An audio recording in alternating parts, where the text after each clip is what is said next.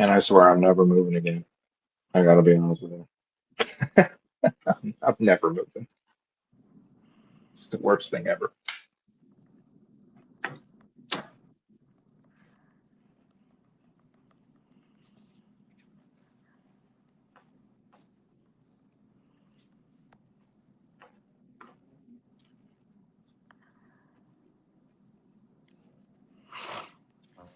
And we're back. Episode three, SEC Front Porch, talking SEC football, doing some previews. We're getting so close. We're in Um, pads. We're in pads for the first time since we were out last week. yeah, I think starting this to is the first. I think play this this is the football. first fall camp. We were out last week, and camp hadn't started yet. The last time that we were in the chat, right? Yeah, so I think it was right before, if I'm not mistaken, that everything kind of started. And that's how you know that you're close, right? I mean, the pads are popping, the guys are hitting each other, it's getting serious. Quarterback competitions, questions at certain positions for everybody. And that's something that we'll be talking about. Be sure and obviously follow the show at SEC Front Porch. I'm at JW Sports 704. And there is a lot of Tennessee fans, but there's one daddy, and that's him right there, Daddy Donnie, at RO underscore CO underscore balls. Let's get that ticker going at the bottom. As I'm trying to collect myself, so we'll let some people maybe come in, uh, and check us out. If you have any questions, comments, concerns, emotional outbursts, put them in the chat. We're on YouTube, obviously. SEC Front Porch has the YouTube. Make sure and subscribe to that, and then also on Twitter, or X, whatever you call it. We've got um, at SEC Front Porch. So it's streaming live there and on YouTube, which is absolutely fantastic. This is kind of a different setup. We're starting to do more of this is like our own, So it's going to be a lot of fun. Talk about moving just for a second, all right? Because I may never move again. Um, we always got more people to help us, like a moving company. And this time we didn't do that, and it revealed my age. I'm not young anymore, and that's extremely apparent. So the last week or so, I really haven't felt like myself, just really really tired. Um, obviously, and it's just glad it's over. Tonight we're going to be talking. Well, first off, before I do that, it's been a little while since me and you have gotten together. How is everything in your neck of the woods? It's good, man. I have some friends visiting right now, so I am stuck in the confines of my bedroom office, not my typical office. So my dog goes nuts when anybody comes in and out of the house. So I kind of collected myself in the house, but it's good, man. Played a bunch of golf this week. I've had some people in town that I hadn't seen in a while. They're leaving tomorrow. And so it's been a good week. I mean, football's on. I just got a notification. I don't know if you've been watching Hard Knocks, but I just got a notification that Terrion Arnold is signed, former Alabama, who has burglary and kidnapping and all different kinds of charges, is now signing with the Seahawks. So the Seahawks are destined for a dynasty if they're signing potential convicted felons to their roster. They're just fitting the mold of Super Bowl dynasty. So I would say bet the house on the Seahawks for round two. But yeah, man, everything's been good. I mean, practice is back. It's exciting to see the practice highlights from all across the league. I've been pretty zoned in. It's a really, I know we'll get to them in a couple weeks, but it's a really traditional quarterback battle at Tennessee, right? Like for the first time in I don't know how long at a college that it's not an NIL transfer portal battle. This is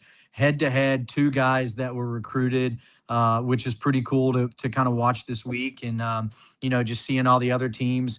I was watching a little bit of Alabama's QB battle. I think that most people, and actually had an adjuster meeting out here in Oklahoma City with a guy who's a big Alabama fan that I was talking to a couple of days ago. And everybody's, Keelan Russell. And when we did our breakdown, I picked Keelan Russell to win the job too. But I think it was because Austin Mack was out spring that they just automatically assumed that Russell was the guy. And it sounds like from listening to some Alabama insiders and practice, much like the Tennessee job where they thought it was going to be Faison, it's a pretty good battle. So there's some really cool storylines going on this week, man. And I've been trying to follow as much as I can throughout the SEC, and it's just it's time. It's time, man. Like the only time that I've become invested in other damn teams is when we're doing this podcast or football's coming and we don't have anything on to watch. So, yeah, it's been a good week, man. Been a good 2 weeks. I'm ready.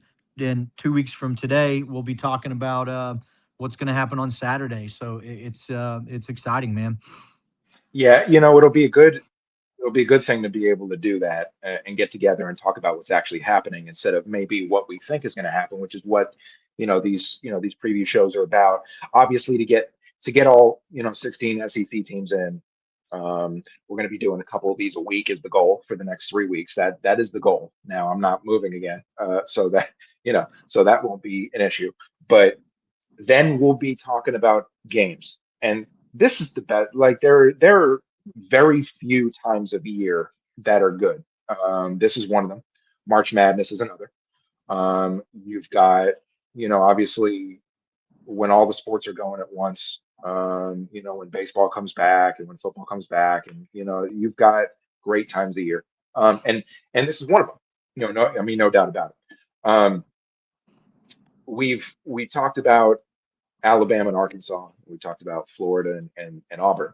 Um, this will be our third preview show, our third episode, and we'll be talking about Georgia. We'll be talking about Kentucky. The thing about the Bulldogs is we know we know what we get with Kirby Smart, right? We get someone who is extremely consistent, not always looked at in the best light, I would say, just by looking at, maybe the way his football team is run, some of the things that have happened. But if we look at the on-field stuff, there's close calls, but you always kind of feel, and we saw it last year in Knoxville, that they're going to figure out a way to they're going to find a way to win. I mean, talking about national titles the last handful of years, been in college football playoffs, SEC title games, all of it. And he's just really consistent, and he gets good guys. And he gets good guys that really you don't think are going to be any, they're not going to be maybe what they are. I really didn't think a whole lot about Gunnar Stockton coming into the Tennessee game last year. I really didn't think that he was going to be able to handle himself, and he surprised me. And I came away, you know, upset but impressed. And with him back, I think that Georgia's going to be in a perfect spot, along with what they bring back and what they add. I think that the Bulldogs are going to be right where, kind of picking up from 2025. And, if you look at their first couple of games, we're going to skip. All right. Because week one is Tennessee State. Well, yeah, it's week one, technically, because, there's week zero, which I think, I'm with Josh Pate on this. I think it's stupid. But it is what it is. And so week one is Tennessee State for Georgia, and week two is Western Kentucky. I don't think we see anything weird going on there, right? Happening with the Bulldogs in the first couple of weeks. I mean, is Tyson Helton still at WKU? I believe he is. Don't sleep on Tyson Helton, man. I mean, I'm totally kidding. Tyson Helton was the offensive coordinator for the first year under Jeremy Pruitt, I believe. Um, I think it was Pruitt. Yeah. So, but no, yeah. I mean, Georgia's Georgia, and it's funny to me. I was kind of thinking about it today before we kind of went in this preview, and you think about Kirby as like the ultimate game manager, right? Like he's just always got his team ready to play. They're up for the big game. There's not a ton of blowouts. They usually handle business, even tight games. You just always think that Georgia's going to win, and it's because Kirby has that like ultimate game manager feel, and it seems like his quarterbacks kind of take on that persona. Like even with Carson Beck, it was he's a game manager, and he might be a very good game manager, but he's a game manager. Gunnar Stockton, he had his games where he torched defenses. Tennessee's Tim Banks Swiss cheese holy defense he torched, but for the most part he's a game manager, right? And that's what you want him to be. You want to with Georgia, you want to you want to lean on that defense. You want to not make any mistakes that's going to put too much pressure on that defense. Let them be aggressive. Let them pin their ears back and get upfield. If they want to pass, that's the thing is this year, they're returning Bolden, they're returning Robinson. I mean, it's just going to be ridiculous again. They're just reloading in defense, especially in that secondary, and it's just I hate to say it, but it's a playoff team. I mean, it just is what it is. If Gunnar Stockton takes another step, I mean, he could be one of the better quarterbacks in the SEC. I think he already is as a game manager, but I also think that he can take another step to being something more. But with Georgia, they just they don't really ask you to do that, right? Like, you usually have a steady run game. You've got Frazier. You don't really need to push the ball downfield. Even last year, a lot of their explosive plays was screen plays to Branch, right? It was like get your ball in the best playmaker's hands and let him take it to the house. And that's really what Georgia is, and it was it was with Saban for so long. All these coaches were hired from the Saban tree, and they always tried to do it the Saban way, which was defense, pro style offense. Don't beat yourself. We're gonna score just enough points to make sure that our defense has a chance to win. And Kirby was one of the first from the Saban tree that came out and really perfected the Saban brand. And he's really ran with it, man, and made a staple. And Georgia just kind of is what it is, and you just kind of know what you're going to get every year. And there's not really a way to stop it. You know what Bobo is going to bring you. He's not bringing anything special to the plate. He's not bringing a wide splits or the veer and shoot. That's not really what he does. It's pro style, kind of hit you in the mouth. We're better than you, and you just kind of got to respect what Georgia is. So yeah, I see no surprises in the first 2 weeks. Yeah, I'm with you there. Talk about consistency and the model of it, and just being, what you're going to get, and here it is, try and stop it. And teams have had a big problem, obviously, in the last handful of years. Kirby Smart's first year, obviously, first year coaches, but then after that, it's just been phenomenal for the folks in Athens. So definitely no upsets in the first couple of weeks. Just a little hint for me. I don't really see a ton of issue with Georgia this year at all, but that's what these previews are for. We did talk about this a little bit in our first episode. Georgia goes to Fayetteville on Saturday, September 19th, to face Arkansas. Um, we did discuss a little bit how Arkansas has been a house of horrors for certain teams. We know them. We know this particular one I'm talking about, but not for Georgia. And so, I mean, I think that's a dog's win. It could be ugly, if we can be honest.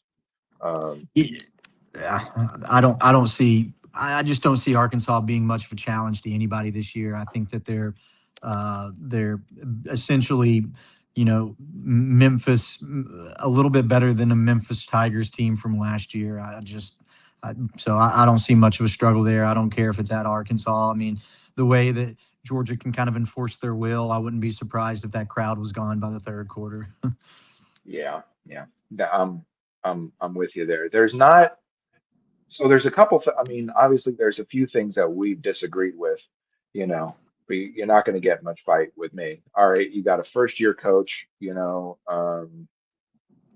eh, I don't have any look. I mean, the transferring of what he did at Memphis to here, obviously is we'll see. I don't see a lot in year one. I'll just say that. I think it could be something, but I don't. But I'm not seeing a ton right now in year one for this team. I think there's going to be a bunch of issues in Fayetteville in year one. We'll see if they let him stay for year two. I think they should. When you hire a guy, just let him do it and build. You know what I mean? Let him go.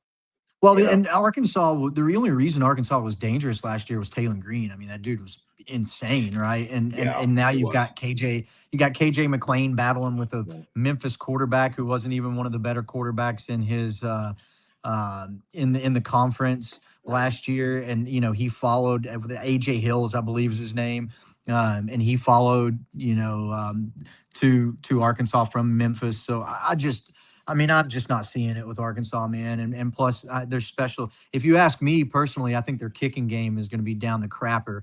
I wouldn't know from first experience, and Georgia fans probably wouldn't know from experience either. It wasn't like he missed a 32-yarder to win the game against Georgia last year for Tennessee. So, in case Georgia fans didn't know, Arkansas's new kicker is the one that missed the field goal at the end of regulation for Tennessee. We won't name any names, but you know who you are, Max, if you're watching, pal. I hope you have a great year. You know what? That's a story for another time, but we're going to definitely get into that. I don't believe that he was the only one that made a mistake in that game, but he certainly made For the biggest sure. mistake Yeah, at the worst time. for sure. Man, For we sure. could do probably 3 or 4 episodes on that. It's easy to point the blame at him in that game because we pointed the blame at Banks on every other game. So Fair, fair. So Georgia moves to 3-0 hypothetically in our previews, which are rolling on here in week 4. Oklahoma comes in to Athens on September 26th to take on the Bulldogs. So first test, you got an Oklahoma team that made the playoff last year. Um, Beat Bama in the regular season, did not beat them in the playoff, even though they got off to a phenomenal start. And then I don't know what the hell happened. But you have a playoff team, Brent Venables, right? Uh, had to have it last year. If there was one guy, Hypo got it the year before. If there's one guy that needed to make the playoff last year, it was Brent Venables, and he did, which is fantastic for Oklahoma. They're going to come into a really tough environment. Eric Ainge once said that it's not loud in Athens, and that was probably a bad time to say that. It does hold 90 plus thousand. It will be loud, and they will be waiting for the Sooners. I don't believe that Oklahoma wins the game. I think it's a close game. I think, I mean, a lot of things. Oklahoma's a good football team. All right. They're going to be ready to play. And if I've said this a lot of times about Georgia. I've said this a lot of times. If they play with their food too long, what ends up happening is it'll get away. But just about every time Georgia finds a way to win. And I'm going to take the Dogs. I'm going to take the Dogs. It's obviously safe. I don't. Could an upset happen? Sure. But with everything that we just said, I'll take Georgia. Yeah, and funny story about Eric Ainge is Eric Ainge was 2-2 against Georgia, and both of his wins were at Athens. So one of them being a true freshman going into Athens. So maybe he was on to something about not being too loud. I don't know. That's probably why. That's But probably why he said that. yeah, and maybe it was because Nealon was so loud it made him nervous when he got back to Nealon. But I don't know. But anyway, I think Oklahoma is very much improved offensively. But even taking a step offensively, it's like how much more improved are they going to be, right? Like they had what 16 total rushing yards last year. I'm being facetious, but they could not rush the football last year. I mean, it was a problem. I think Mateer's better. I think Mateer's healthy, but I just don't know if I'm ready to put Mateer in that upper echelon of quarterbacks in the SEC. It's kind of a prove it to me. Like even when Mateer was coming to to Oklahoma and he was transferring in, it was like for me a lot of times it was like his big thing was he struggled in big games. Like that was the big thing from Mateer. It's like good defenses he struggled with. And I can see that because I think that Mateer in another year, like I said, another year, who knows? But for me, it's still a prove it to me. Like I'm high on Oklahoma because of their defense. I'm high on Oklahoma because of Venables. I know what he's going to put out there. I think that Mateer is a quarterback that he makes mistakes, but he doesn't make a ton of mistakes, and he can also hurt you with his legs. Which he's going to be he's going to be a lot more confident with not having the injury this year. I think the hand injury really plagued him on a lot of aspects, throwing, running. I think that he was just second guessing a lot of things. But for me, I don't know how good he is against elite teams. And for Georgia, like that's what they want you to do. They want you to come in and play their game, right? They want you to. I mean, you've seen the teams that have wreaked havoc on Georgia, the Alabamas when they were really kind of laying it on him the Bryce Young years. I mean, even the Milroe years when he went off. But it took Georgia a while to kind of get over that hump with Bama. But I think last year was the first year they got over the hump, actually. But anyway, Georgia kind of wants you to run that. Georgia's like Kirby reminds me of like the Rick Barnes of football, right? He wants you to slow the game down. He wants you to bring the game to them.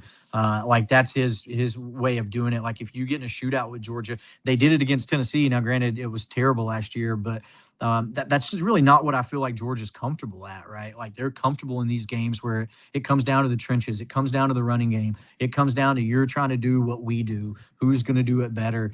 And I just don't think Oklahoma's there. I just don't. I think that their defense is really good, but I think Georgia's offense is better. I think that Georgia's defense is way better than Oklahoma's offense. So I would take Georgia by 10 probably. Yeah. I mean, the spread will be lower. The spread will be single digits. It'll probably be obviously. They gift teams obviously a little bit more when they're home. Six and a half. I think it'll be 6.5 Yep. is what it'll come out to be. Right. And I think that's about fair. I wouldn't be surprised. I'll say this.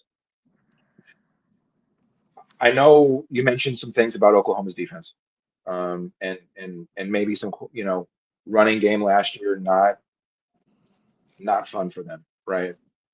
Um, I wouldn't be surprised. I'll say this: if OU covered, I wouldn't be surprised, and that's just because you get into these type of games and you just don't really know. You don't really know exactly what can. There's so many miscellaneous intangibles, special teams, something crazy, and I think that last year, Venables showed what he can do with good players. John Mateer was another one. I was not really impressed with him. He was hurt. He obviously had the hand injury and then came back right before the Tennessee game or at the Tennessee game, right around there, whenever that happened. And in Knoxville, Tennessee gifted Oklahoma so many opportunities in the first half to stay in there, and then obviously Mateer got going in the second half, and it was just a different conversation. Another thing we could probably do a different episode for another time, but I wasn't really impressed with him, but I think he's going to have a better year, and I think those things, if they tighten up on some of those defensive things and running game, and Mateer is good or better, I think it'll be a ball game. I'll take the dogs, but I think that it could be close. I just checked. Spreads 10. Is it? Wow, that's a Yeah. little. That seems high. Yeah. Double-digit SEC spreads are usually reserved. Yeah. I think No, Georgia Ben, go by for it. 10. I'm sorry. No, Yeah. you're good. I think Georgia by 10. So I'm not surprised that that's the money line, because that's what I would have. If you would have told me Georgia by 10, I'd say yeah, probably. But I mean, I am a little surprised that it's not less than a touchdown. But but it is what it is. I mean, like I said, I really think it comes down to them playing a very similar brand of football, right? They hang their hat on their defense. And I think that until you show me that you're better at playing that brand of football than Kirby and Georgia, I think that Georgia's going to will their ways to win. I mean, it's just what they do, right? I mean, we've seen it time and time again. So, yeah, it's true. And that's kind of what I've said. Just I tend to repeat myself, which I should apologize for up front. But I mean, they find a way, and it's been mentioned, and they absolutely find a way to win. And I think they'll do that again. We both got them at 4-0, and Vanderbilt comes in to Athens. Let's see, I'm looking here. So the only road game so far is Arkansas. And so they'll get the first, and that's kind of been a theme with SEC teams that we've reviewed. They get a lot of home games up front. And obviously they have the neutral site with Florida, later on, but they're going to get a bunch of road games toward the end of the year. And that should be interesting with this team, to see how they can manage that. But 5 out of the first 6 are at home, and Vanderbilt, as I said, comes in to play Georgia, and we have not reviewed Vandy yet. That will be the last team that we review. Obviously, no Pavia, no 4,800 seniors that they had. That were of the They'll Yeah, probably but be they'll probably be very similar in the place that we put them in as the time that they go in during the show. So, I would say they will be close to finishing last in the SEC. And so it's only fitting that they do go last. yeah. Um, that about sums that up. So I think I'll put a dog's victory down for you against Vanderbilt as I will for me. There's not really a whole lot to say. It's going to be, I think that Jared Curtis will eventually be the starter. He should be day one since he flipped from Georgia to Vandy, which is actually is an interesting angle to this, to this game because I think he's probably going to leave Athens thinking he should have stayed. He wasn't going to be the starter, not this year, but maybe next year. I mean, who really knows, right? I mean, obviously, I think he ended up being the best quarterback in the class, above Faison Brandon, just depending on where you get your numbers. Maybe both. Who knows? The jury's still out on that. That's just kind of the way that everything works. But um, I think he's going to leave thinking that he should have stayed and not flipped. And I don't think there's really anything else to say um, about it because I mean, you said it just a little while ago.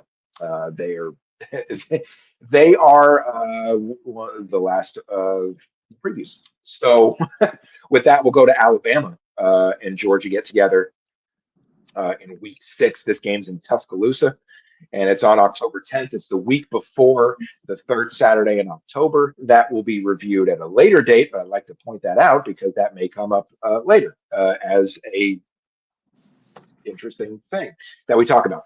This is going to be one of the best games in the SEC, in my opinion, of the year. There's a bunch of games in the SEC that's going to be good.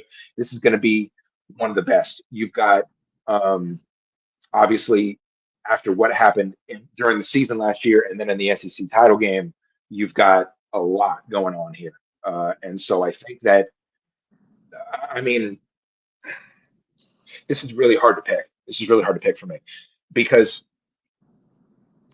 you've got Kalen DeBoer in year 3. I think he's going to have this victory. I mean, maybe a lot of folks in Tuscaloosa are thinking he doesn't have to have this victory, but depending on how Alabama's season goes, me and you reviewed this.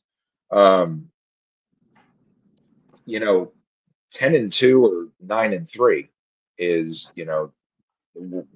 is on the line here. Um, do you remember who you picked? I picked Georgia. Did you? I think I did too. And now here's the thing about this. We don't want to mess this up. We don't want to mess this up and go and pick against what we did. So I think for time's sake, It's I'm gonna also, need just for the I'm gonna record, need to it's a look. 2.5 point spread. It's a 2.5 point spread, Georgia, which is way closer than I would have thought. See, silly me, I didn't put the teams. See in the graphic that I made, I didn't put the teams that we had them losing to. You had Bama 9-3, and I had them 10-2. And I think it was the other way around. yeah, I think I had them 10-2. You had them 9-3. I had them losing to okay, Georgia and Tennessee. okay. Well, shit, I don't remember. Um, I think you had them losing to A&M, Tennessee, and Tennessee. Georgia. Okay, so then we'll go with Georgia. Um, I really should have wrote this down. That's on me. That's my bad. That's what happened. Hey, it's live production. This is what We happens. just got to spend the next 3 days rewatching all of our episodes. It's no big deal. Yes, yes, and also this is a good segue. You can too. You can watch it. Yeah, Um, it'll be more views. yeah, we've we have a good crowd now, and we've had a good crowd. The prior two, um, the prior two shows. But at SEC Front Porch on Twitter or X, whatever you call it, is where you can find the show. Our handles are here. At Seth is at RO_CO_balls, and I'm at JW Sports 704. So be sure and follow us. Don't mind me and my silliness because there's a lot of that that's going on. But at this point, what we're going to have is we're going to have an undefeated Georgia team. We're going to have them at, let's see, 1, 2, 3, 4, And I Five, honestly, I don't think that six. they get tested until Ole Miss. Like, I think that that's the first time that they get tested is when they play Ole Miss. To be honest, I mean that's Wow. just which is going to be at Ole Miss. Georgia's going to be coming for blood after that playoff loss where Chambly, and I think that um, the defense is going to be remembering what Chambly did to him in that game, and so that's the first time that I think they get tested. To be honest, I don't think that Auburn is going to do much. I don't think Okay. that Florida is going to do much, but that Okay. Ole Miss game, and then they're sailing right. Then you've got Mizzou and South Carolina and Georgia Tech. So I mean, this might like I know that they came out with the schedule, and Tennessee was one of the weaker schedules, is what they had, but I don't see how Georgia doesn't have it, man. Because I mean, honestly, you've got Oklahoma, you've got Alabama, you've got Ole Miss. I think that Georgia is substantially better than Oklahoma. I think that they're quite a bit better than Alabama, uh, and I think that they are. I'm not going to tip my hand too much with the Georgia Ole Miss because we're going to be doing that in the next week or two. But I mean, I don't know. This is where I'm kind of hung up really with because I'm not like where most media where they're huge believers of Ole Miss. I'm just not like I think that what Chambly and what Keywan Lacey did was fantastic, and I don't want to get into it too much because I know we will. But my big question is like, what do they do without Charlie Weiss Jr., who was Mm, magnificent in that playoff yeah, run? I mean, he just was. He was. magnificent. And He what does was. Pete Golding do in his first year where he's really got to focus as a CEO, right? Like he didn't have to Yeah. focus as CEO in the playoff. He had Charlie Right. Weiss to run the offense. So That's now right. he's really got to focus in that CEO role. So I still am a huge believer in Chambly. I'm still a huge believer in Keywan Lacey. I think that the offense has weapons upon weapons. I get it. But for me, but on so that's where I've got like the devil and the angel on my shoulders because like that's where I come to a crossroads because it's like I think that Georgia is better than most of these teams, but it's so hard to win every single week in the SEC. So to think that Yeah. they can just go undefeated without Derek Owings as their strength coach, like Indiana had, like I don't see how a team's going to do it. It's just the grind. You could lose KJ Bolden one week, and then what are you going to do? Like, I know that. So for me, I'm very high on Georgia, but I think that I know that the biggest thing for them is their defensive tackle situation, right? Like I know that Elijah Griffin was their stud freshman who they need to play like a star this year. So I know that even now in the portal era, there's going to be teams with weaknesses. So that's kind of where I'm at, where it's like so I think that I don't know. I think that they might stumble, but they're still good enough to win over the next couple weeks. And then you get to Ole Miss, and that's where I'm at. Like everything in my rationale says pick Georgia. But I think that that might be the first time that they stumble. And if you're to just kind of go ahead and fast forward, and you can touch base on the next games too. But I think Georgia wins, and then I think Ole Miss gets them. Yeah. I think when we're talking about Auburn and Florida, the next, which was oddly enough the last two teams that we previewed in episode two. But Mhm. yeah, so Auburn and then Florida neutral site. Obviously, I think those are wins. We can kind of maneuver around these games too. I think they beat Missouri. I think they beat South Carolina. I think they beat Georgia Tech. So this is the game. If there was a place where Georgia could fall and it's actually good for them, it's in Oxford. And the reason being is because, there's this, stigma that if you're undefeated, there's a lot of pressure on you, right? It didn't seem to stop Indiana, right? It didn't seem to stop certain teams that, didn't have to worry about losing. Um, but there's a pressure. And I think if there's an area that Georgia stumbles, it's in Oxford. And I think this is a case where Georgia's coming up real high, and they needed and maybe they need that get right moment for the run in the playoff that they're going to make more than likely. Could be to a national title, could be to the semifinal, could be, wherever they make it. But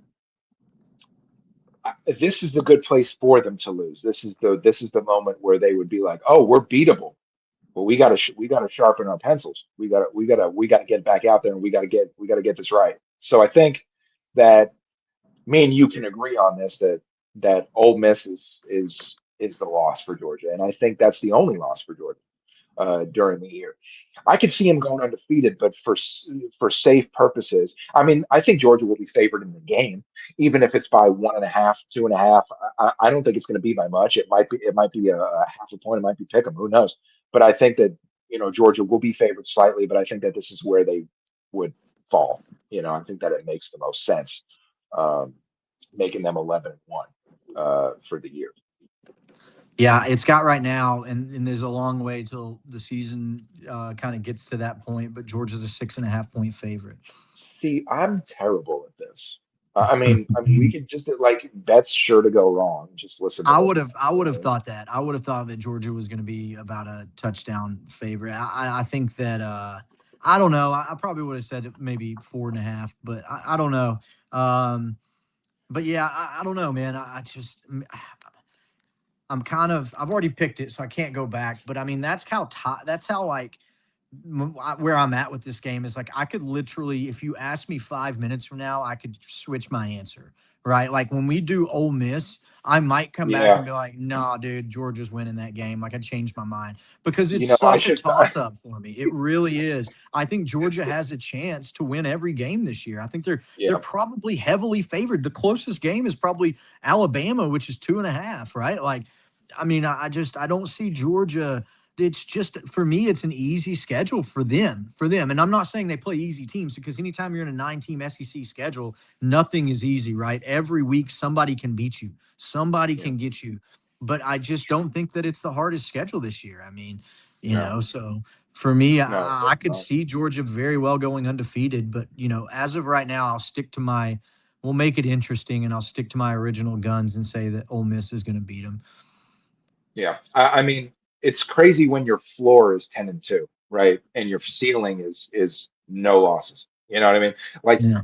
even in the playoff, that's your ceiling. Like it's crazy. Like I mean, to be 10-2 and be like quote unquote disappointed is absolutely wild.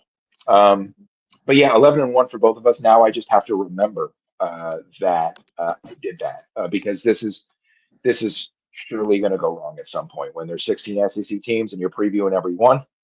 As we are here in episode 3, things kind of happen. So we're here with you. Make sure you subscribe to our show on YouTube, uh, SEC Front Porch Network. Make sure you do that. And I think it's pretty safe to kind of just go ahead and assume with the chat that, like, Georgia finishes uh, at home against Mizzou, at South Carolina, which I get it. Like, South Carolina can be a tricky place to play. That place gets rowdy. Like, for the longest time, I didn't want to admit how rowdy South Carolina gets, but it does. Like, they start blasting the Sandman or whatever, the Sandstorm or whatever the hell Yeah, that sand that something. Yeah, yeah, that EDM crap or whatever they're doing, and those guys they just lose their mind, and yeah, they do. it's a tough place to play. So they end with at Mizzou, I believe it's or home against Mizzou, at South Carolina, and then home against Georgia Tech. And I just don't see much of a fight from any of Yeah, those teams. yeah, I'm not buying this South Carolina hype that some people are trying to throw out. They do it with Beamer every year, and the guy could have you could combine Alabama and Georgia's roster, and that guy would find a way to screw up and win 6 games. Like he's just who he is. So I'm just not yeah, buying the South Carolina hype. I don't even know if Beamer will be coaching that team at the time. So yeah, yeah, I think it's pretty safe to assume that they win those last 3 games. yeah. Um, so that was Georgia. I guess one more question about that. Your thoughts about their run in the playoff, national title worthy, just short, um, or somewhere in between. I don't know. I think that see, I think that Georgia's the best team in the SEC. I think they're better than Texas. And I know that the coaches picked, I believe the coaches picked Georgia, but the media picked Texas to win the SEC. I got a question for you to kind of go a little more in depth. with Georgia, if they go 11-1, who are they playing in the SEC championship? Hmm.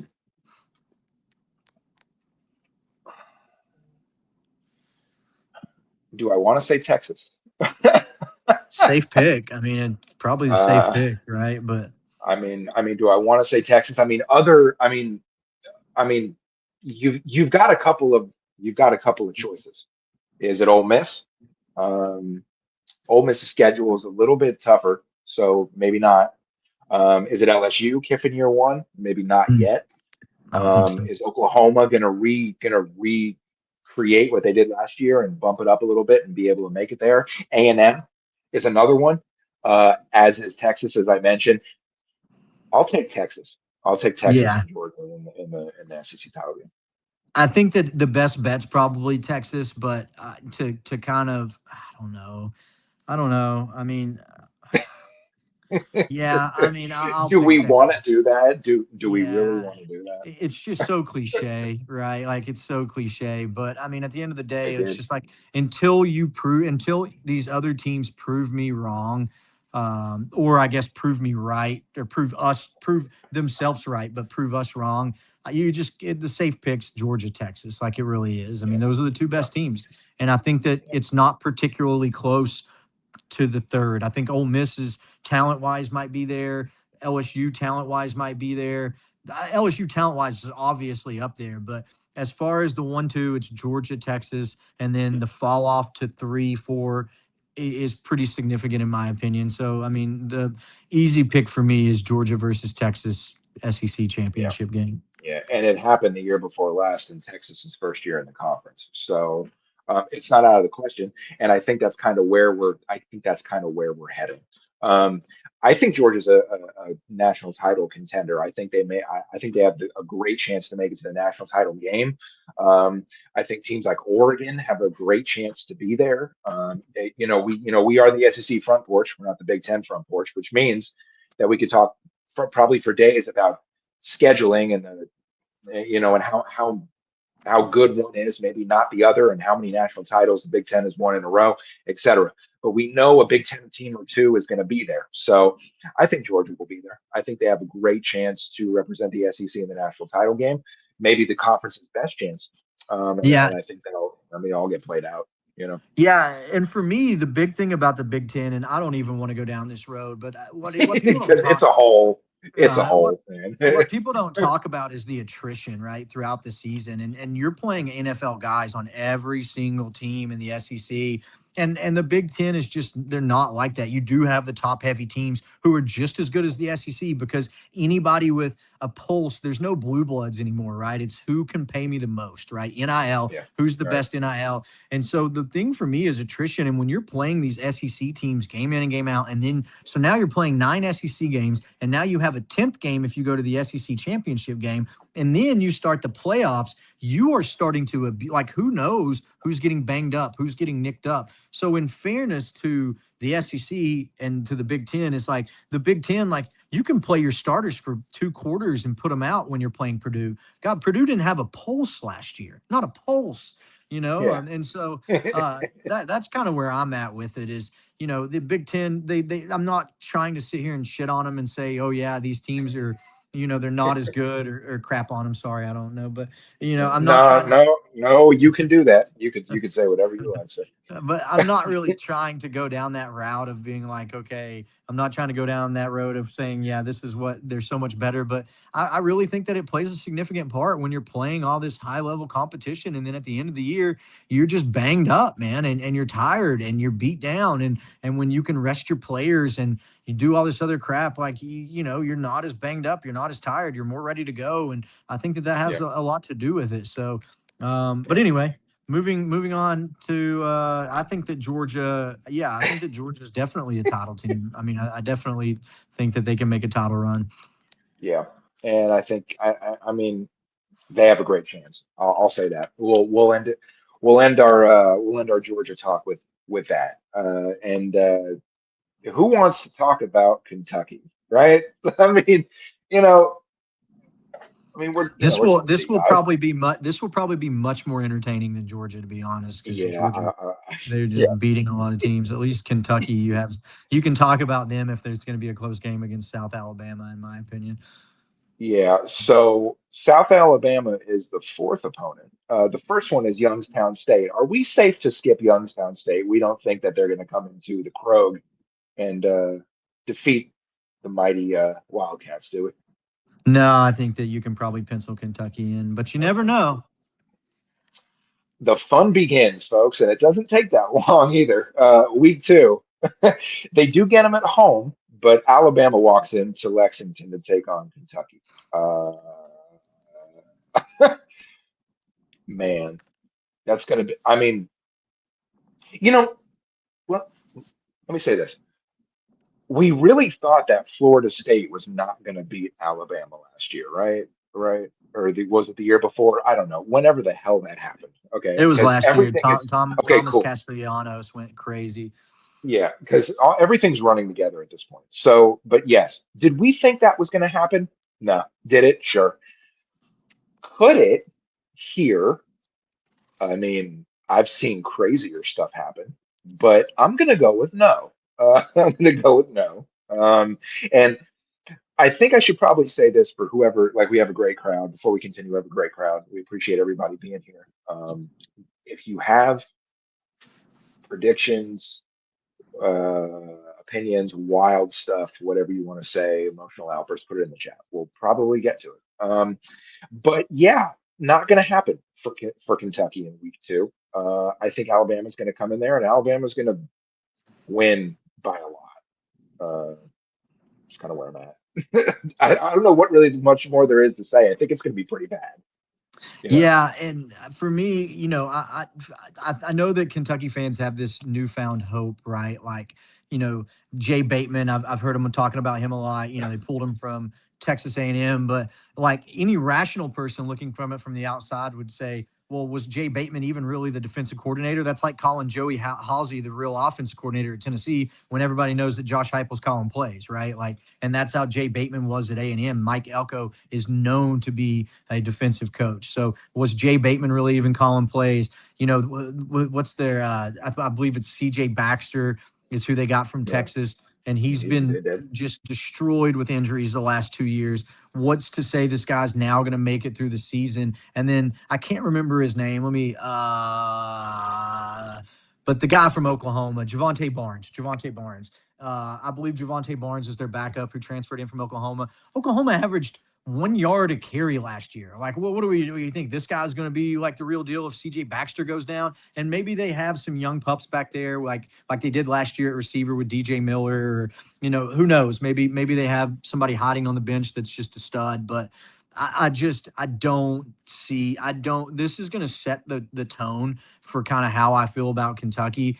And I listen. I've been wrong a lot, so take that for what it's worth, Kentucky fans. But I just don't have a lot of faith in Kentucky. It's not. So I think that Alabama wins. I think Alabama probably finds their quarterback of the future in Keon Russell that game. In my opinion, I think that it's the first game where both quarterbacks aren't used heavily, and they go with QB1, who I think will be Keon Russell.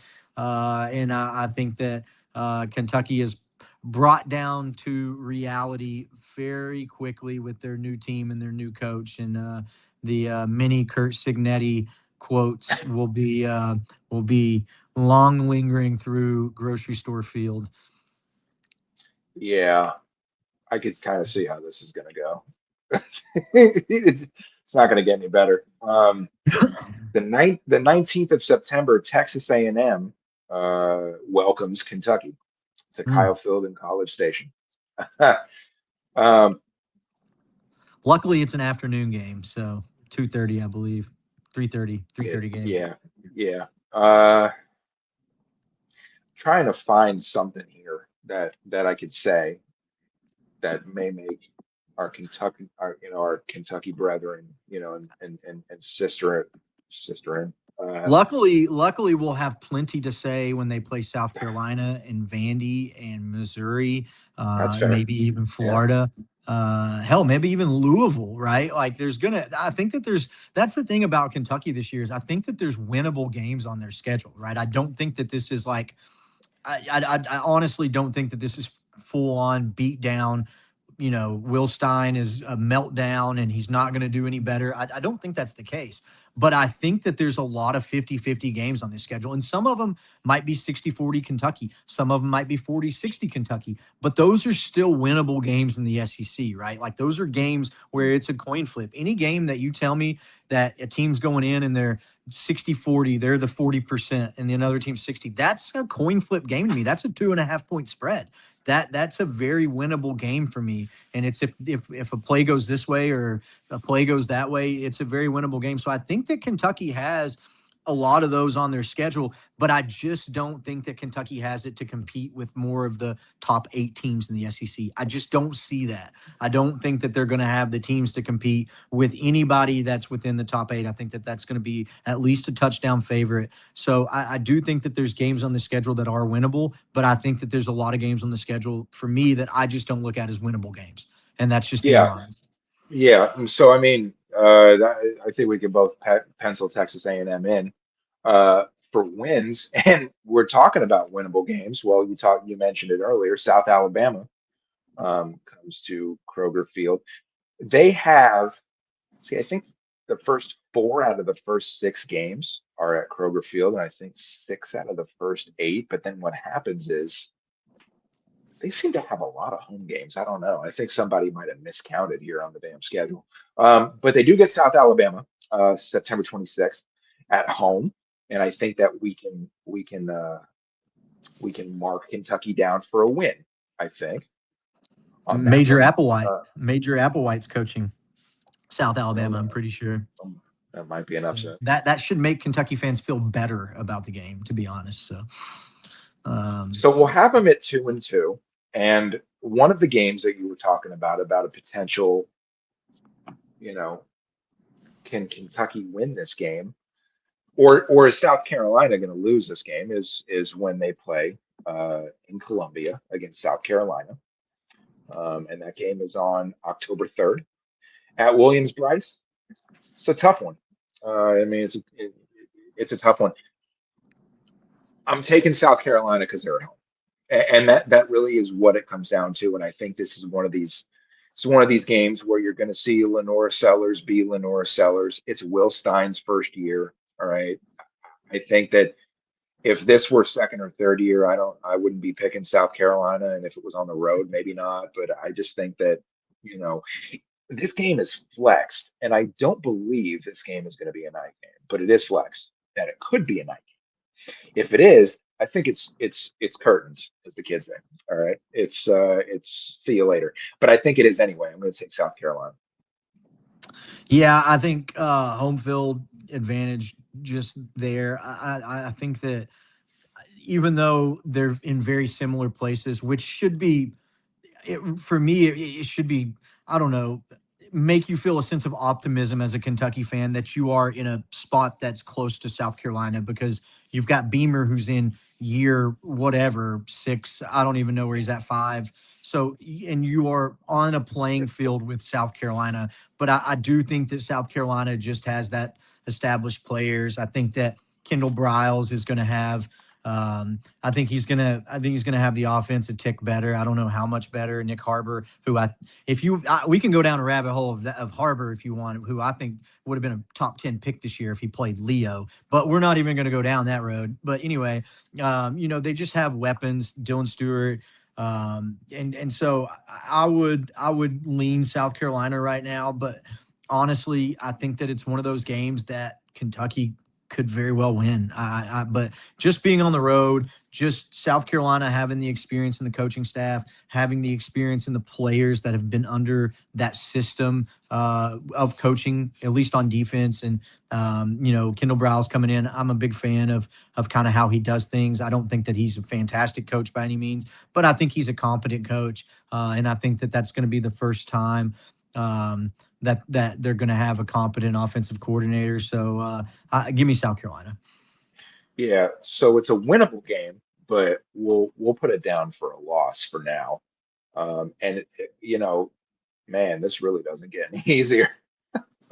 I mean, the big thing for Um, me too, and not to kind of go back, but the big thing for me is like, do we know how good Lenore Sellers is? I mean, have we ever seen a quarterback who's lived off of this top five SEC quarterback potential off of two good games, right? Like, I don't think that I've ever seen more hype of a quarterback who has put together the least amount of complete games than they do hype this guy up. And I get it. Like the potential is off the roof. But I used to have a college coach that told me, you know what potential is? Potential is something that your grandparents tell you to make yourself feel good about something. You know, your potential sitting right there on the chair. Potential is nothing until you do something, right? Like everybody's got potential to do something. But that's the thing for me with Sellers is like, I mean, when are we going to get over this fact that maybe he's just not that good of a quarterback? Talent, sure, but I don't know. Maybe Browse brings it out of him. But so for me, that's why it's a toss up for me. But I'd still take South Carolina. I mean, is Sellers in the same category as Arch Manning or not? I mean, Arch at least started. First off, Arch's first year starting last year. Seller's been starting since the freshman year, right? And so, and then Arch started to put it together towards the end of the year a little better. I mean, I still am not buying all the Arch Manning hype either.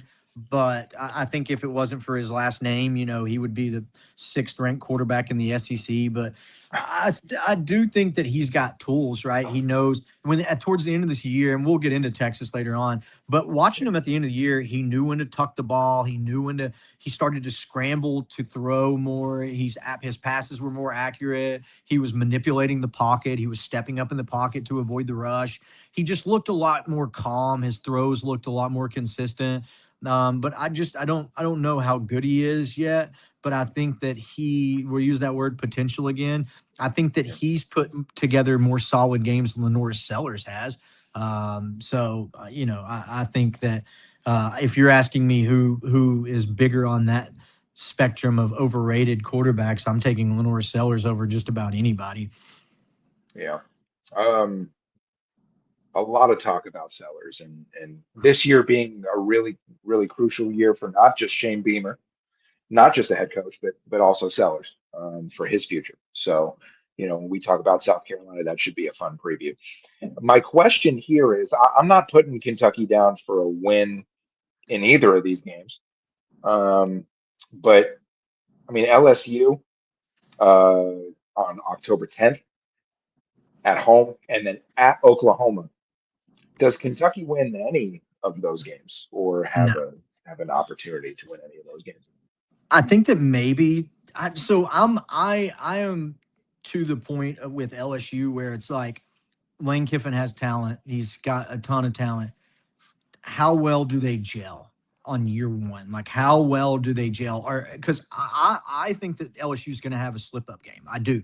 With all that talent in the world, I think they're going to have a slip up game. Now, me personally, and for no reason other than the fact that I just think that this is going to be the game. I think that slip up game is going to be at Tennessee. I don't know why. It's not like I'm a Tennessee fan or anything, so who knows? But we're going to Oh, save that slip up that's game for ballsy. That's ballsy. we're going to save that slip up game for Nealon. That's what we're going to do. No, I'm totally kidding. I don't know who I'm going to pick in that game, but I think Hmm, that LSU has some slip up games. I think that for me, I think that LSU has a good year, but I think that LSU has more close calls than what most people think.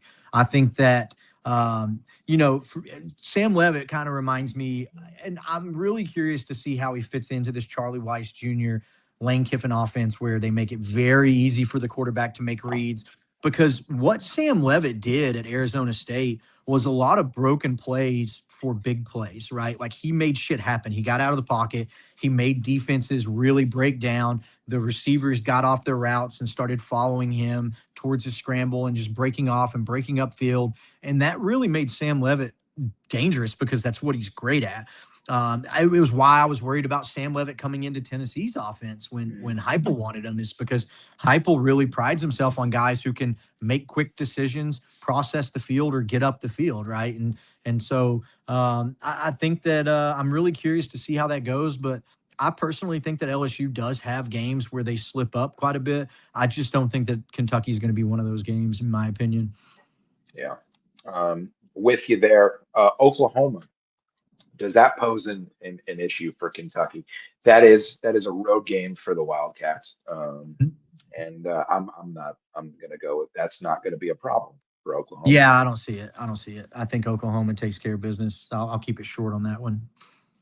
We're going to get to some of the winnable games on the schedule. Tennessee is in here. I'm not calling that a winnable game. I'm saying they're clustered into the next amount of games the next games that we're talking about. Vanderbilt. How many home games do these people have? Like one, two, three, four, five, six, seven. I mean, they only have set. It just seems like they're at home all the damn time. All right, they're at home for Vandy. All right, winnable game. I think this will be Kentucky's third win of the year. So they'll I'm be with their you. first conference win of the game. It'll be their first conference win of the year. I will take Kentucky. I think this will make Kentucky feel really good in a not really good year for them. Yeah, I think it's one of those like where when you first start playing golf and you're like, man, I hate this game. I'm never playing again. And then towards the end of the round, you hit like a gorgeous shot, and you're like, I'm back. Yeah, I'm never stopping. Like I'm playing every I'm day. never leaving. Yeah, I'm never and leaving I the think golf that that's course. that game. I think that's the game for Kentucky. I think that this is where Will Stein brings it all back in. I think they just beat the hell out of Vandy. I don't think that. I just don't think that Vandy's going to be great this year. I really don't. And I think that Kentucky's a serviceable team. I don't think that. I don't. I think they're probably closer to 4-8 than anything else. But I think that they're a decent 4-8. So I think that they handle business. And when I say beat the hell out of Vandy, I mean probably 10 or 14 points. That's beat the hell out of Vandy for Yeah, Kentucky standards. So I'm going yeah, Kentucky. yeah. We'll do the same. 3 wins so far for Kentucky. They get a bye week. Um, Halloween, which is also Tennessee's bye week. Apparently, Halloween is a bye week for a bunch of. They're going to take the team trick or treating, or the whole conference is going to go trick or treating. I don't know what's going on there. But when they get off the bye, they come to Neyland and they take on the Tennessee Volunteers. Um, well, okay, we can talk about history, which if you're out there in Twitter land or X, whatever you call it, a lot of people think that that land doesn't exist. But in that land that don't exist, people like to tell me and everybody else about how what happened recently doesn't matter, right? Doesn't matter. It doesn't matter if you won 44 or 40 or 41 or 42 out of 44 or 45 games. It doesn't matter. It really doesn't. Um, well, that's a bunch of crap because it matters, and it's not going to change. It's not going to change this year.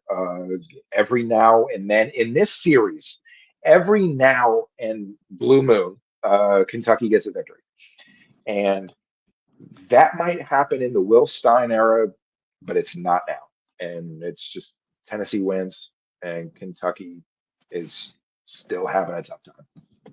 Yeah, Kentucky's not. Yeah, this isn't it for Kentucky. It's not the year, and I don't know when the year will be, but it's very similar to Tennessee Georgia. It's very similar to Georgia Bama. The Tennessee Kentucky game is until Kentucky does it, they're not going to do it. Right, like that's just how I'm looking at it. There's out of Kentucky's best years, they get boat raced by Tennessee. I mean, I don't see it. I don't think that Will Stein changes things that quickly. I think Tennessee is much, much, much, much, much improved on defense. I think that Tennessee can run the ball at will on Kentucky. I think that Tennessee wins pretty handily. Yeah. I mean, yeah, that may, I mean, that pretty much sums it up. We could talk for days, man, about this conference. There is so many games, there are so many teams, there is so much going on. You can talk about it for days and days, but I think it's pretty cut and dry until it's like you said, I mean, it's a loss until it's not, and I think that's just the way it is right now in the series. Um, 3 more games left on the schedule, and there's some winnable ones for Kentucky. Not thinking a bowl game for Will Stein in his first year. I do like Will Stein as a coach. I think that he will make that team a lot better. If you ask Will Stein, which he was about SEC, at SEC Media Day, like what's the biggest difference? It's Will Stein, right? Like this man This man is the reason why this team is going to be good. So if you go off of that, they're going to be really good here in the future. But They're it's not they, going to they're be going to this be year. they're going to be great at stacking cups too. So at least they have that. I mean, that's a great skill. If you're not playing football, which we Oh yeah. are here. This is football, and so it's like you really need to get, tackle people, all right, and complete some passes. And I think Kentucky's going to have problems with that this year. A, a winnable game, which is not a win in my mind. And I remember this. This one I remember, okay, because we did Florida last episode. I remember I picked Florida, okay, and I'm not changing it because I can't because that would be stupid. And also, I'm going to get caught in picking one team and then not picking them in another preview later on down the road. So that cannot happen. And I know for a fact I picked Florida and I'm going to stick with it. And the Gators will win on the road in Lexington on November 14th. Yeah, I have Florida at like 8-4, I think. You were very high on Florida. You were Yeah. very high on Florida. So I mean, I think Florida's You in the were. same boat as UGA, where they just have a schedule that's pretty favorable. I mean, I think UGA's is more favorable, but I like Florida in this game. I like yeah, I like Philo and bringing the offensive coordinator down with them. I think that they're not going to miss much of a beat. I like Ball. I think that Jaden Ball is one of the best running backs in the SEC. They've got great receivers. Their defense is always just going to be highly talented. I like Summerall. I think that it's a much easier because I don't think Florida was a bad team last year, personnel wise. I think they quit. I think that they were terribly coached. But there's players. I mean, they always have players. They always recruit well. So I just think Florida's at a. I think that Kentucky is at a much bigger disadvantage than Florida. And granted, I will say this for the Kentucky fans who have stuck around and have listened. I like what Will Stein's doing. Will Stein is attacking the younger guys, right? He is going out and getting guys in commitments. Now, Tennessee just jumped them in their worst year, so I don't know how good these guys are, but you have to build on something until you really start getting guys to buy in.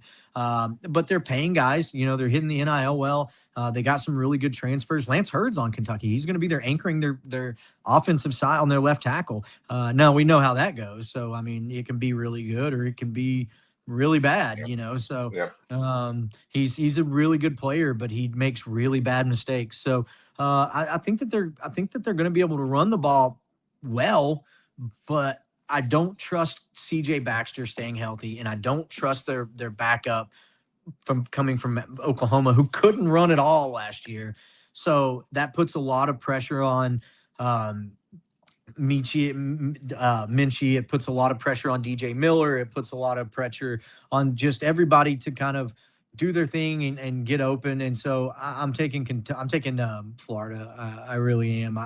I think that it's probably a close game, and I think that I'm curious to see what Nick Anderson does this year with Kentucky. That's a big one for me, coming from I know he was at Oklahoma, and then I think he went to Right. LSU, and then he's now at Kentucky. So I'm curious to see what Nick Anderson does because he's going to have a bigger role. I think that I don't think that Kentucky's going to be able to run the ball. So I think that I think they're going to be pass heavy. So I'm kind of curious to see how they do on that. But regardless, I just think that Florida's got more talent. I think that they held on to more talent from their team last year that carried over. I think that Summerall's a more experienced coach than Will Stein. I think he's a better coach at this point than Will Stein. So I think all those things in favor go Florida for me. Yeah. Yeah, I'm with you there. Um, another, could be winnable game that I don't think that they're going to win is the very next week on November 21st at Missouri in Columbia. Winnable, yes. And I think this goes in the same category as, Florida and obviously Vandy we have as a win. South Carolina is in that category. You have your wins for Kentucky. You've got your could be wins and absolute definite losses. And this right here against Missouri is, late in the year. What is Missouri going to be looking like? What, you know, what what position is Eli Drinkwitz in by this point? I mean, I think the folks in, that are Tiger fans are really high on their program, hoping that they can make that move and take it to the next step. And I think this is a good opportunity for them to get a win.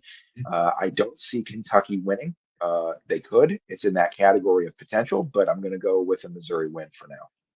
I'm going Kentucky. Really? Going Kentucky over Dork Wow. Drinkwitz. I'm going Wow. Kentucky. I'm not a big Austin Simmons fan. I think Ahmad Hardy will be healthy by then, but I just don't see Mizzou being that good. I think it's one of those 50-50 games, and I've given enough away from Kentucky. I think that they take this one. I'm going to go Kentucky over Mizzou um, on this one. So at this point, I think we're at 3-8 for me and 4-7 for you. And the finale, it'll be an early afternoon game in Lexington, another home game for Kentucky against Louisville, right? Um, Big rivalry game in the state of Kentucky, right? Um, what happens here? I can't pick Kentucky in this game. I mean, it's a non-SEC game. It's the last game of the year against an opponent out of conference. I'd want Kentucky to win because it makes the league look good. If there's anything that people are going to learn about me specifically is when you get into the playoff, I want the league to look good. Like I transform from like Tennessee Jayson to like SEC Jayson. I'm always SEC Jayson, okay? But I transform in the playoff to SEC Jayson. I don't want any Big Ten teams to win. I don't want any ACC teams to win. I don't want any Big 12 teams to win. I think the G6 can get their own freaking, I think they can get their own. This is what happens in December and January to Jayson. All right. Now, right now, everybody's safe. All right. I love everything. I miss college football. I want it back. It means everything. But when you get to this point in the year, I want the SEC to do good. I'm all about it. And I want Kentucky to win this game. They're just not. They're just not. They're just not in this year. Not in Will Stein's first year. It's just not going to happen for me. So 3-9 is my prediction for Kentucky this year. I think so. One of my sales guys is a huge Louisville fan, so I know a little bit more about Louisville than I probably should. They got the quarterback from Ohio State, Holtz, or however you say his name. I'm not sure how good he is. Who knows? I know that I watched what Brom did with Mason last year, Miller Moss, Yeah. and Yeah, the and USC he transfer. That's right. yeah, he digressed throughout the year. So I just don't know how good of a quarterback. I know he did good things at Purdue, but I'm Brom that is. But I don't know how good of a quarterback coach he is. I don't know how good of a quarterback developer. Now they have Isaac Brown, which to me is an X factor of anybody. That guy would have been the highest paid running back in the transfer portal this year. I know that he opted to go back to Louisville, but that guy would have made some cash. But now they're out Chris Bell. Chris Bell, I believe, is the Dolphins, who was like kind of like their Swiss Army knife, who was like Miller Moss's get out of everything play. Like he was a receiver that was a big body. He was quick, but he just kind of always found the open slots. So they're missing him. First year quarterback. I think they're going to rely heavy on their running game, but give me Kentucky, man. Give me Kentucky to finish out the year 4-8 over Louisville. I know that Louisville. I think Louisville won. Did Louisville win last year? I know that I Louisville's believe so. Kentucky has owned them over the last couple of years. I know that, but yeah, I think that Kentucky takes this one. I'm going to go Kentucky is solid 4-8. Which, hey, I mean, when the not first year 9 game SEC schedule, first year coach, a lot of first year players, whether they be transfer portal guys, whether they be freshmen, I think that you're going to see a lot of first year players. 4-8 for Kentucky, not bad, and honestly, for me, that could realistically that could jump to 6-6 really quick. I mean, you're talking if you win these coin flip games, South Carolina, um, you know, uh, some of these others. I guess South Carolina is really their only coin flip game for me. Maybe Florida. If Yeah. I think Florida is probably closer to that 60-40, 70-30 range. But I mean, if Kentucky can scrape off some of these wins, some things happen to Florida, and then some things go your way, Kentucky's way. You could be looking at a 6-6 season, but I go 4-8. I got Louisville. I got the Kentucky over the Cards. So I think you actually have them at 5-7, which is much higher on Kentucky than me. Who You did? have Youngstown State, South Alabama, Vandy, Missouri, Louisville. Okay, yeah, 5-7. Okay, We got five give and me give seven. me give me Louisville then. 4-8 sounds better. No, I'm kidding. I mean, 4-8 does sound better, which is in between what Yeah, I you know predicted and what? what you Can I predicted. change my can I change my answer now? Because I feel like You that's a you coin can flip game. you can. I don't know. Yeah, let's stick with 5. And I just feel like 4-8 sounds way too good for Kentucky. Like that's just in mentally where I want to be for Kentucky is a 4-8 season. But I'll take 5-7. I'll take 5-7. Final answer, I five and mean, seven. I mean, with the way that you have it, if one of these games that are toss up games goes Kentucky's way, it could be a bowl season for them in year one with Will Steiner. And I think that's a big deal. That's a Absolutely. really big deal for them. But yeah, no, I mean, crazy. You were higher on Florida and Kentucky than me, for sure. But much higher on Kentucky because I think you had Florida 8-4, and I think I had them 7-5. Here we've got we. So to recap, we both have Georgia at 11-1, making a pretty deep run in the playoff, I would say. And then with Kentucky, I'm at 3-9. 4-8 does sound better, but I'm going to stick with what I have. And then so I have 3-9, you have 5-7, which is pretty interesting. Um, Doing our preview here, episode 3. Appreciate everybody hanging out. Um, did Georgia, did Kentucky. Follow the show. We're gonna wrap things up here on a Thursday night. Let everybody enjoy themselves some more for the rest of the evening. At Al- SEC Front Porch. Also, real Um, quick, yeah, um, go for it, man. I was not following the Twitter comments until the very end. That's something like this is episode 3. That's something I'll get better at. If you guys are posting in Twitter, I definitely want to be more responsive to that. Right? Like we appreciate that you guys are watching. So I encourage getting in the chat. And so not keeping up with the chat, something we're still getting used to. So moving forward, I love the fact that you guys are commenting on Twitter and probably commenting on YouTube if it's live right now. And I've got Twitter pulled up on my phone right beside me, so I'll make sure to just kind of keep it more in. So and stay up on top of that and make sure I'm shouting out what you guys are saying. So I think that shows are a lot better with some people being interactive for sure. So I appreciate it. Wait, people are commenting? That's great, right? Yeah, we got It- juice, we got oh, oh yeah. Oh yeah. process piping. Yeah, that's Joey. Yeah, this is good. This is good. I mean, that's great, right? Like, I mean, I see that like we've got like a great crowd, but like who knew, right? I mean, yes, please comment. Like, there's no bad publicity right now, like probably ever, but there's no bad publicity right now. You could just like if we suck, just like tell us, right? Because like I mean, just interaction. So like in the chat, here, on Twitter, on YouTube, wherever you guys are watching, we appreciate everybody so much. Be sure to follow the Front Porch, SEC's Front Porch at SEC Front Porch on Twitter and X, whatever you call it. Um, the Daddy Donnie of Tennessee football is right there, and he is at RO_CO_Vols. I'm at JW Sports 704. So be sure to follow everybody. We're going to get out of here. The next episode is going to be extremely fun and action packed. LSU and Ole Miss in one show, like because we're doing it alphabetically. So Because we're they going to go be so well together right now too, right? I mean, they do. There is so much like the hate is like you thought Tennessee folks hated Lane Kiffin. No. We're sitting on the side like, wow, this is interesting. Like you guys really hate each other. And they do. And so we're gonna preview them together. And the goal is to do that.